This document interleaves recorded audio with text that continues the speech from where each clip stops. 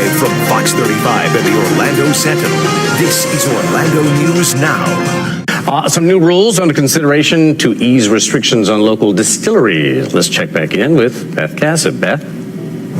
Yeah, so speaking of battles in the legislature, we were just talking about the death penalty. This is going to be another big one. Kyle Arnold, our retail and restaurant reporter, is here. And so, Kyle, you have talked to a number of people who are getting in on this trend of craft distilleries, locally owned and produced makers of bourbon and vodka and rum and all of that. And what are you hearing from them?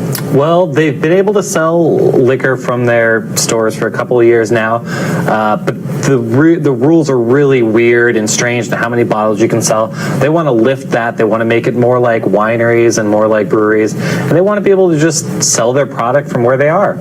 And these limits have been in place, I guess, on some level. Is it to help the big scale producers? Well, it's been around since Prohibition. There's this weird three-tier rule in Florida where you have to have distributors, retailers, and manufacturers. And it's really to protect the retailers from being forced to sell certain brands of liquor, but it's an outdated model. You know, it actually stops, kind of small craft local people from selling to customers, selling it online, because some of the things and the provisions we've made for the beer and the wine companies just haven't trickled down to liquor yet.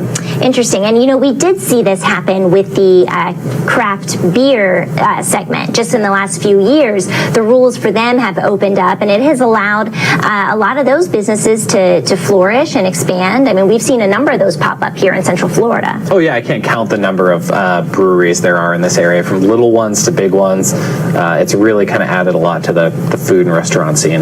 Yeah, and if you're a foodie and you kind of enjoy tasting, locally made products or learning about how these how they make the products, it can be pretty interesting. I went recently to the distillery in St. Augustine, and they let you take the tour. They make you a couple samples. It's a kind of a fun way to spend the afternoon.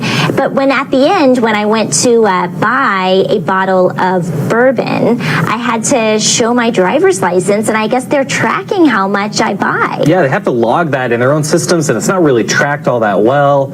It's kind of on an honor system. So that's a state rule. It's a state rule that they can only sell X number of bottles per person depending on the brand and things like that. Okay. But they're the only ones tracking it, really, and if you really wanted to, you could probably get around that and just sell as many as you wanted to a person, but you'd be breaking the law. You could give your liquor license suspended. Now, I guess this effort is afoot in the legislature to change some of these rules.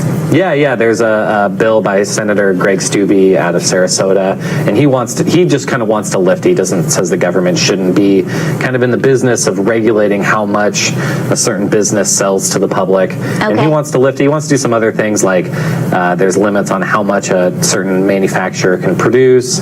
There's limits on where they can sell it from. Okay. And so they want to kind of lift the rules and put it more on even par with beer and wine. Okay, all right.